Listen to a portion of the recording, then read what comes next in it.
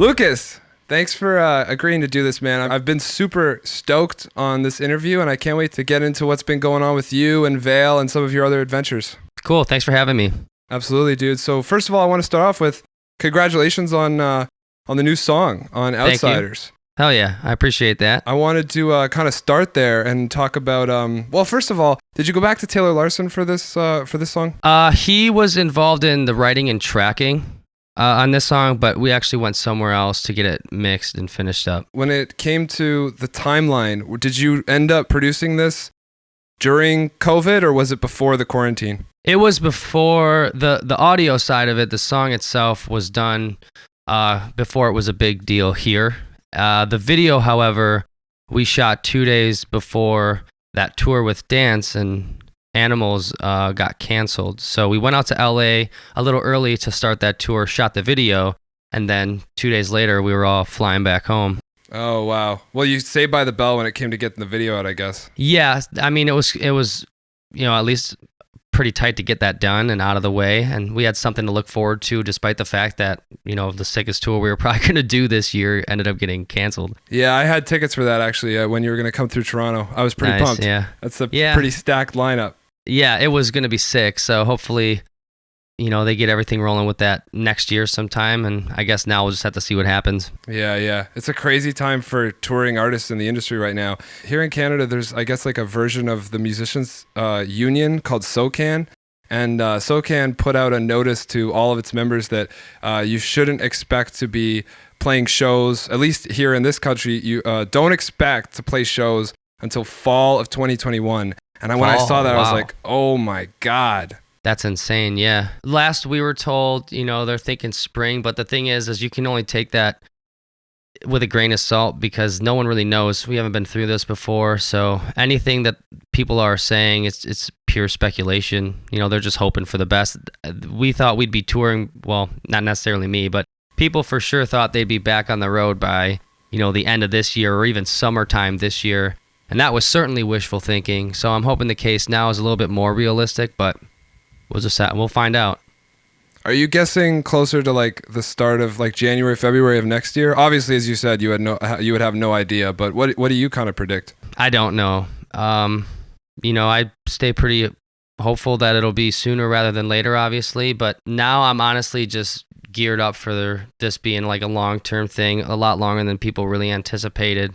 I just feel like it was the only thing that I could do. I was kind of going nuts sitting at home, not working. Okay, so back to the song.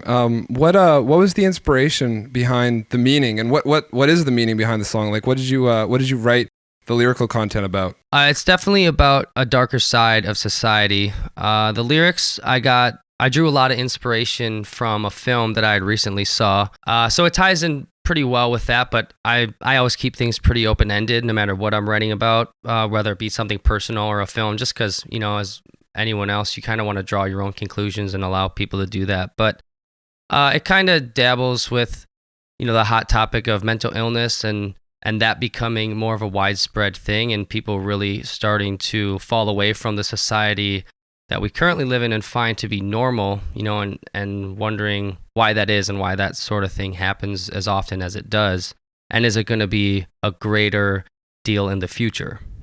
Right on, man. Hell yeah. So this single, do you guys have, maybe you can't say, but do you have any plans of following this up with like a full LP down the line at some point? We've been working on that for a while. It's just now that this has all happened, it's been obviously a slow process. Right now, it's actually just slowed, for the most part to a halt. But, what can you do? We're trying to look ahead, see when we can get in the studio and wrap things up. But, I mean, we have plenty of content. It's just a matter of getting it all finished now. So are you kind of doing like the remote thing now, like sending tracks back and forth and trying to compile ideas that way? Well, ultimately, we're at like the revision stage in the tracking. Okay. So we don't really... Luckily, we got away from having to do all this sort of like writing and composition through the internet, but it's now we have to wait till a studio is available to where we can get in, finalize the ideas, or, if it really comes down to it, finishing building out the rest of our gear ourselves. It's not a whole lot that we need to do yet, so if we can manage to do it from home, then that might be the route we have to go. Gotcha. All right, man. So I like to, the kind of flow that I go for with these interviews is the first thing we talk about is sort of what's going on. So I wanted to cover all that. And now I kind of want to take you back and have you take us back to sort of like the beginning. So how you first got into the genre, when you started singing, when you started performing with bands. I want to talk about all that. Oh, So cool, okay. I guess we can start with like some of your early influences. When did you first start getting into heavier music? And what were the bands that sort of introduced you to it? I grew up around heavy music because my dad's a metalhead. And it's funny because now he's gotten into some of the stuff like bands that we tour with and things that he had never heard of before. But I grew up listening to Metallica and Megadeth and, you know, even Pantera, bands like that. They were just always around for me. And then I got into like a little bit of Marilyn Manson and Nine Inch Nails and just all sorts of different styles of the genre itself.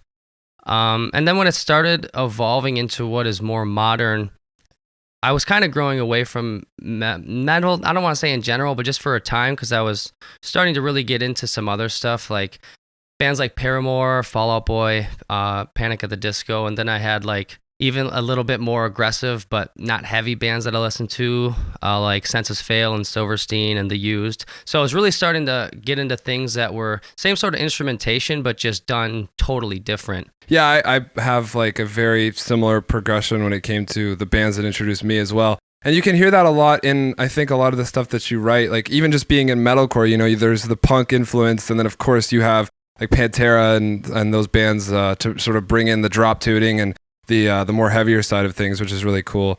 At what age did you start singing? I want to say like 16. And then at first it was just kind of out of boredom, you know, and because I was dabbling with music at the time and starting to take music as a whole seriously, I guess I kind of just started to feel more comfortable singing out loud. It started with no one in the house. I left school as a sophomore and my dad worked during the day, so I found this ability to just be able to sing at the top of my lungs, and you know, no one could really like scold me for it. So over time, I kind of like built a confidence, and then you know, I found myself doing it in front of people, and all of a sudden I was playing shows and singing. And at first I was always like a guitar player singer, you know, because I was an instrumentalist first, and started with drums and guitar and bass. But yeah, it just kind of slowly took over. So correct me if I'm wrong, but you grew up in Wisconsin, right? Yep, I live there currently too. Okay, cool. Hell yeah. So what was the Wisconsin scene? Yeah, right on. What was the scene like in Wisconsin? Around 16, 17 when you started to play in bands and sort of like, I don't know, get to know the locals in the area. It was pretty sick. So when I first started going out to shows and then shortly after that playing, the emo stuff like Senses Fail, Silverstein style bands, those were starting to kind of fade away in our areas. Like the big bands were still sick, but people who were kind of trying to grow on that music were kind of going almost heavier now. So that's when like all the prog stuff in our area started snapping off, which was cool. There were tons of bands. I mean, I was in a band called Surviving Your Birthday, and we practiced for like, yeah, it was pretty cool. We practiced for like a month, and before we knew it, we were playing shows basically every weekend with different bands, different cities all over the state. It was pretty accessible. Was there a certain point when you were playing shows, playing with bands that you kind of decided like, hey, this is something that I might want to do going forward. This is something that I think I could dedicate myself to and really sort of make my career? Or did it just kind of like fall into place for you? How did that transition sort of happen? Well, I was on that path and thought about that already before I even played shows. That's why I left school as a senior. I was an avid athlete all throughout my childhood until I turned about 16 or 15. So I ended up, leaving school, and I started playing guitar and, you know, slowly started singing every single day. And I just had all the time in the world to do it, you know, so I was easily playing for a few hours a day. And, you know, then I'd go meet up with friends and we'd practice. So yeah, literally before I started playing shows, that was what I was shooting for. It was a pretty long shot where I grew up, but you know. So with singing, you start practicing more and more every day. You start taking this more seriously. With singing, was there a point where you maybe took like some vocal lessons or had some training, some mentorship, or are you just completely self-taught? I took a couple lessons. Actually, Sumerian set me up with Melissa Cross right after I started touring with Veil. So I did like 2 full-length tours, and then we had a little bit of time off before we did like a week-long run with after the burial to South by So What. And actually, I'm sorry, correction, it was right after that run. I got set up with Melissa Cross before whatever tours after that, and we did, I want to say it was 2 or 3 lessons. It was over a weekend, and it was like an hour a piece, and she really helped me eliminate the guess and check work. You know, I was a confident vocalist, and I had abilities that I was very capable in, but she helped me understand what my body was doing while performing and how I could make my body become more efficient. Is that like is that playing to like your presence and managing like lung capacity while moving on stage, or what do you kind of mean by that? A lot of it was just balance between like, you know, a metal tone and the projection of it, and then also not wearing too much on my singing, because what I was kind of dealing with a while ago when I was first getting into it was screaming would just deplete my singing and my vocals in general so quickly, and it took a long time to kind of build up a tolerance. But I was also doing it in a very abrasive way. It definitely wasn't an efficient way, you know, and my body was not very keen on the style. But yeah, I got a little bit better at it, and I was able to sustain on the road. But you know, she really helped me become a little bit better on stage for sure. And I think that did translate a little bit into like my physical stamina and being able to move around a little bit more intensely without feeling the exhaustion set in. Gotcha. Yeah. So was there, just to dig a little bit deeper into that, was there like some kind of like fitness you were maybe dabbling with or anything? Like, did you maybe like do cardio to expand the lung capacity, or was there something that you like outside of just practicing vocals and refining the technique? Was there anything coupled with that you were trying to do to push yourself further? Yeah, especially in the beginning stages. I actually did a lot of running and even biking, and I do a lot of just vocal training exercises while biking.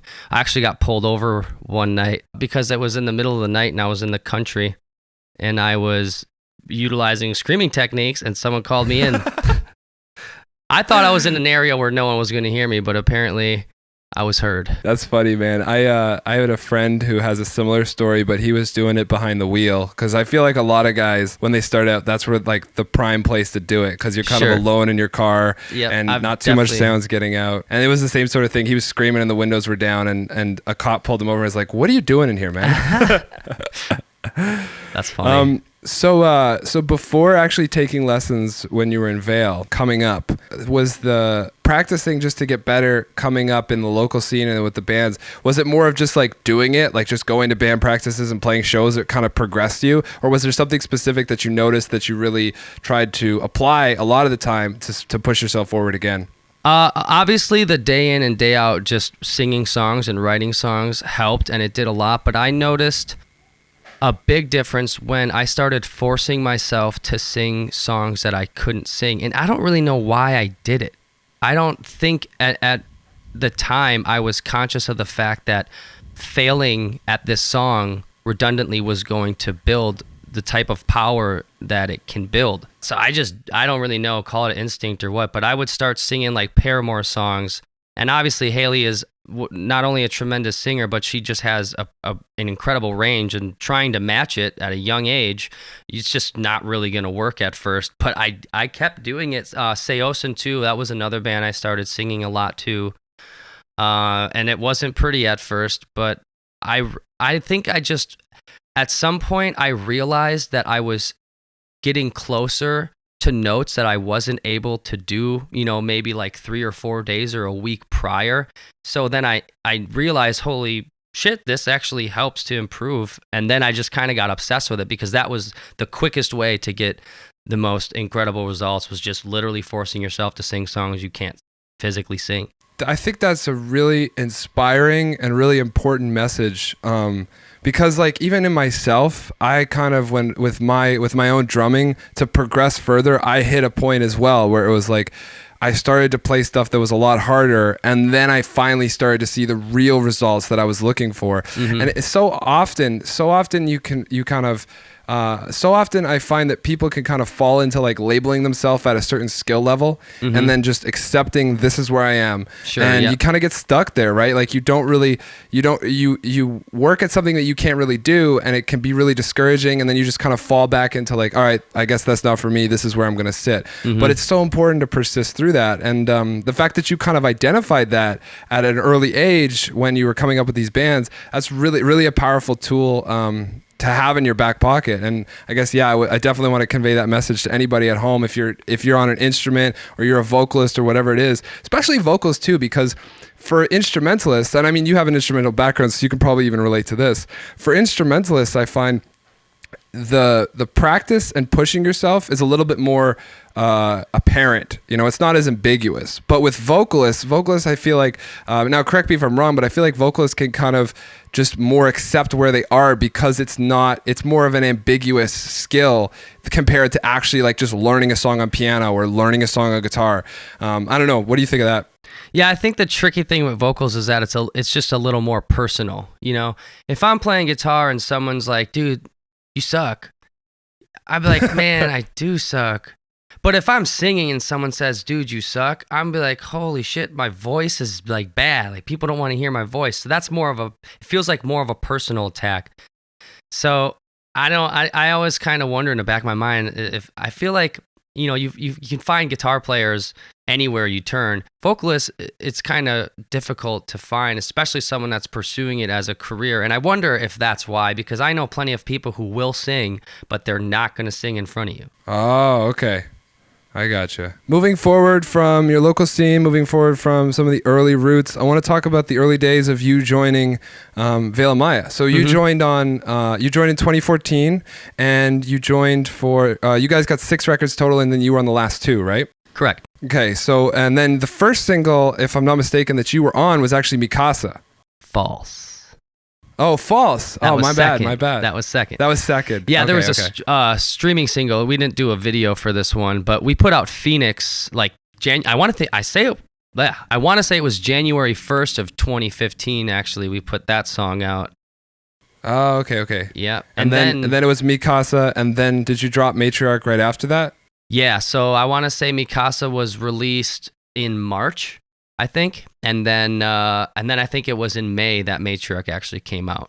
I discovered you guys because of that song. I saw I was a huge Luke Holland fan. And even going back to what we were just talking about with like pushing ourselves, he was the one that like I just started trying to rip off as much as I could from his toolbox. And then I saw the Mikasa collab that he did. Yeah, with Sam. Yeah, exactly. Yeah. And I pushed myself to learn that song. I couldn't get it at the time. Maybe if I went back now, I could try it out. It was the blast beats that really jammed me up at the time. Yeah. So to talk about Mikasa, you come on. You drop one single, you do Phoenix, and then Mikasa comes out and it explodes. So talk to me about that. Talk to me about like you joined this band, and then it was like, my impression was you guys sort of refined your sound around the fact that you had such a great clean vocal ability, whereas the band had just had screams up until that point. So talk to me about what like was going through your head when you joined the band, you add the cleans, becomes a little bit more melodic, and then all of a sudden, boom, blows up. Well, the songs instrumentally were written before I heard anything. So the old vocalist kind of left like right in the middle of it all. And they were working on finishing up the record in general. But it kind of just called for it. Like Mikasa was the song that I auditioned on. And, hearing this song, even I'm like wondering, what is this band going for? Like this is definitely, they were always melodic, they had that side, but this was like over the top melodic for it being Veil. Yeah. So I was instantly intrigued as soon as I got that song, and I was kind of wondering like, well, how much singing are they going to be going for? But I didn't really think about it too much. It was just an audition, so it didn't really matter at the time.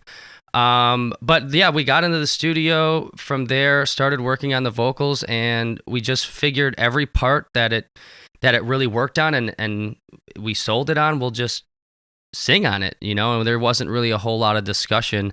I think that with the song and the success of the song, there was just sort of this perfect storm brewing because, you have an established band that had been around for 10 years. They just lost a vocalist who some people really adored and thought, and, still think like he's phenomenal. So there was a big attachment for some people. And then, so there's like hype on, okay, there's a new guy. What's this going to be like?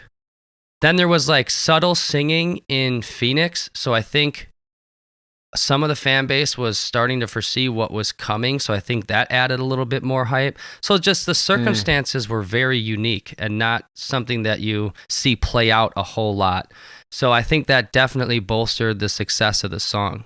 Gotcha. Right on. But it worked out. Song. Yeah, it did. Hell yeah. I mean, it's like 8.1 million, and then I think it's your top stream song on Spotify, right? Like 50 million or something like that. Pretty impressive numbers, man. Good stuff. Thank you. Yeah, let's talk about False Idol. So there was a bit of a gap between I think it was 2 years. Yeah, probably a little more, 2.5. So what was it like? I guess you get a road experience with this new band that you've joined, and then coming off that, going into the studio for False Idol. What was the mindset like for you going into that second LP that you were a part of? I was stoked, and I wanted to put a cohesive idea together for the whole album, because I had attempted it in a way with Matriarch, but I didn't really have the time to do it. I mean, that album just kind of came and went, vocally at least. We did all that in like 3 or 4 weeks. So I had time to really plan something out and make it a little bit more elaborate, and that's always just a fun thing to do. So I went ahead and decided to write a concept and, come up with this story arc, and lyrically, song by song, kind of take out what subject goes where. So I was pretty excited to get started on that album. I want to dig a little bit deeper into like what sort of inspires you, what gets like your creative juices flowing from a lyrical standpoint. So what is that? Like what do you find that it sort of captures you enough to sort of dedicate a song to it? It could be a lot of different things. Anything major in your personal life, obviously, that's a go-to. But even games and films, movies have been one that I've been going to recently. Just, if I really find a series or a movie captivating, I'm going to remember it later. And, when I'm thinking of content and material, that's going to kind of pop up in my brain. Like, oh, I was really moved by this. So, I might as well take this person's art and kind of put it in my own words and translate what I conveyed through it. So when I ask this next question to a lot of guys in the metal industry, it's usually instrumentals before vocals, and then like instrumentals get fleshed out and then the vocals go on top. And then if you ask people in like the country and pop side of things, it's the other way around. It'll be the vocal flow, and then you just put in the production underneath it. Mm-hmm. So how does it work for you guys? Is it a bit of both, or is it, completely instrumentals then vocals? How do you go about actually fusing the two? With Veil, instrumentals definitely come first, and I'll receive a batch of songs, and just kind of go from there. So outside of Veil, you've got some other stuff on the go. You have your company, which is New Industry. Yep. I want to talk a little bit about that, what you've got going on there, some of the things that you're providing, and when did that all come to be? I was kind of coming up with the idea slowly, probably from like 2012 on. And then, I needed other people to work with. It just wasn't something I could do on my own because, the idea as a whole is relatively ambitious. So I, got all the pieces together by 2017. And then, we officially launched, had the LLC, and all that stuff was taken care of. And here we are today. But yeah, we'll do several different things. Our goal primarily is to put ourselves in a position where we're accessible to just about any artist. Because a lot of companies, the way they work is, you have this management company and that's all you get. So if you don't need management, well, you can't work with this company. Or this person over here, they have a studio. But if you already have your album production sorted out, well, you don't need a studio.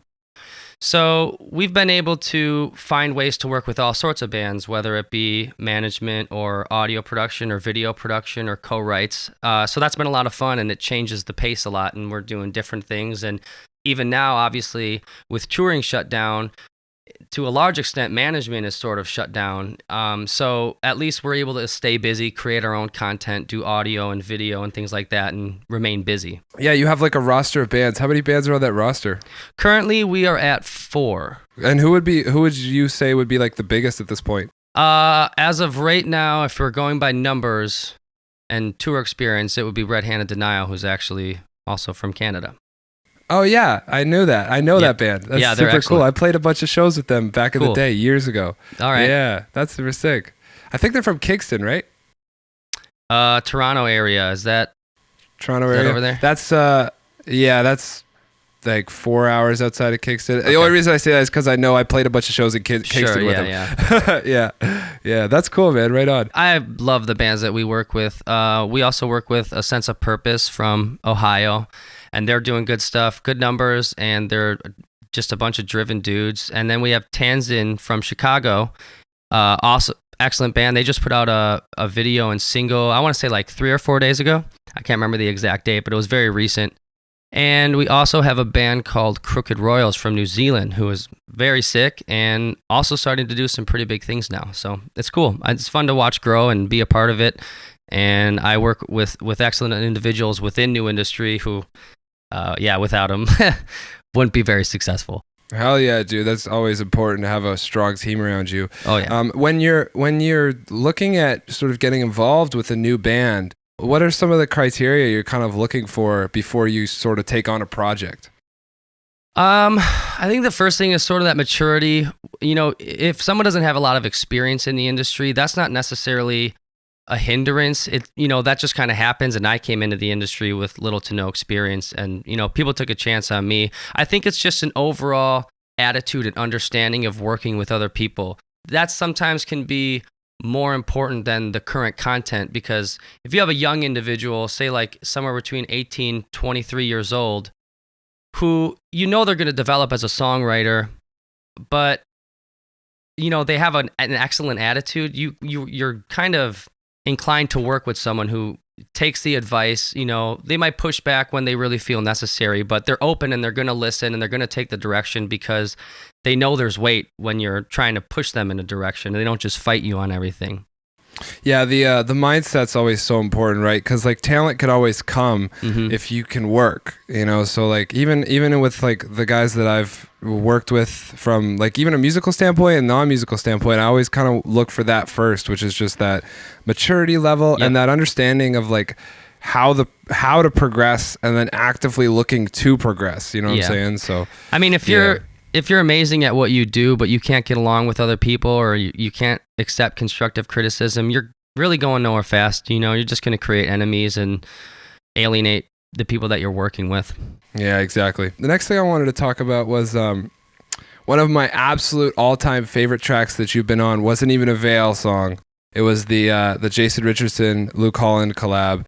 That chorus, man, oh my God. I can never get it out of my head. If it's played once, it's in there for the rest of the day. I had a feeling you were going to bring that up when you mentioned Luke before, too. Oh, yeah, 100%. Yeah, that was a pleasure to work on. I was very stoked. Jason hit me up. And yeah, it was cool. We flew out to Taylor's first. Luke wasn't with us. He already had his drums done. So I flew out, hung out with Jason, did the track with Taylor, and then we went to Arizona. And met up with Luke Holland and did that video. Nice. Well, it turned out super sick. Thank you. Yeah. It's my favorite song off that record. There's a lot of great songs on that record. A lot of great instrumentalists. My brother hit me up one day and he's like, dude, that song you did with Jason is on Beat Saber on Oculus. I'm like, oh, what? No way. Yeah. So then I mentioned it to Jason and Jason didn't even know. He's like, what? So he's going to do some investigative work and find out how that happened. And yeah, I was like, try to get paid from it.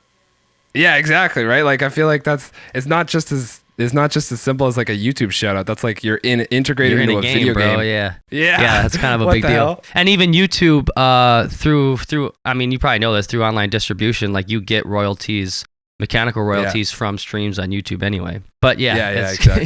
He was irritated, I would say. But I thought he knew. I mentioned it and he's going to be like, yeah, dude, like my manager or something hooked it up. But he's like wide-eyed. It's like, oh my God, I got to get some royalties out of this. Yeah, for sure. That's crazy. Outside of the record, I mean, I always ask this question, and now more than ever is like the hardest time to give an answer to this. Outside of the upcoming record, what else do you have on the horizon? Maybe not just Inside Veil, but some of the other stuff that you've been, sort of other avenues that you're headed down. I keep very busy. The projects that I'm personally involved in, such as the Airway and Moxner, and there's another one too, but all, pushing content and coming up with stuff on a pretty regular basis. So I have the studio behind me here, which I get to do a lot of that work now, which is great.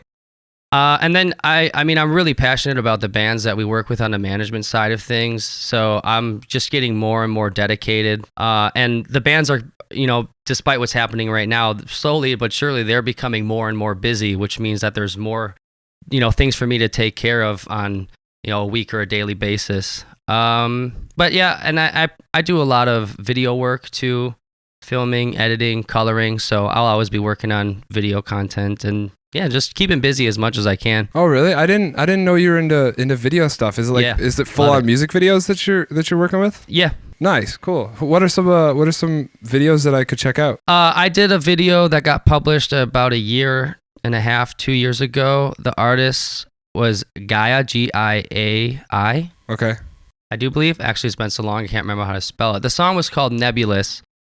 So I did the music video for that song, which was a pleasure to work on. I was touring at the time, so I grabbed a couple people from the tour package who turned out to be pretty excellent actors, and then we shot it in different cities throughout the tour, so it was pretty fun. To dig into that further, what's it like running this company on the side and then touring? Like, do you kind of, when you go on tour, do you kind of like take time just for tour, or is there a bit of both? Like, you got to be answering emails, phone calls, texts in the morning, and then play the show at night. How does that work for time management for you? I definitely have to do both. There's no question about it. But the thing is there's so much downtime on the road because your responsibility, from our standpoint, you get to the show, you make sure you're prepared for the set, which my warm-up isn't crazy extensive, and you perform the set. We're lucky enough we have a lot of people who help us out and take care of some of the things that we need done throughout the day. So I have the time, which is, honestly, I kind of need it. Without it, I'd probably be going crazy because I'd just be bored sitting in green rooms all day.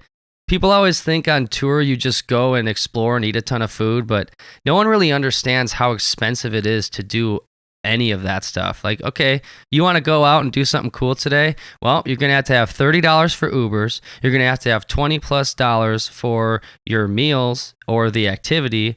So it just like adds up so fast. You usually just sit around. When you are on the road and you're performing night after night, what are some things vocal warm up wise that you do to sort of spare your voice and keep it in good condition?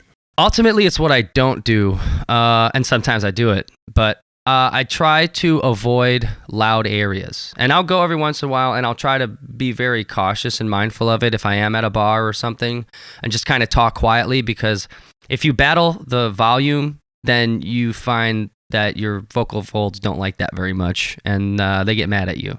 Gotcha, yeah. So just keeping your voice down. Yeah, just kind of relaxing. I mean, I don't have to shut up and not talk, but if I'm trying to compete with loud music and a loud atmosphere for an hour to 2 hours after a show, that's not going to go very well for me. Yeah. On top of already being on stage, that makes a lot of sense. For sure. It's a lot of wear and tear. You can get away with it, but, if you're doing it like every other night for 30 days, it's just not going to work out. Do you have like a pre-show ritual to get your mind straight that you do, like maybe half hour, an hour before you actually get on stage? Not so much. I start really getting focused about the hour and a half coming into the set, but I'm like I said, my warm-up's really quick. I change into my stage clothes. I head backstage, right when changeover starts.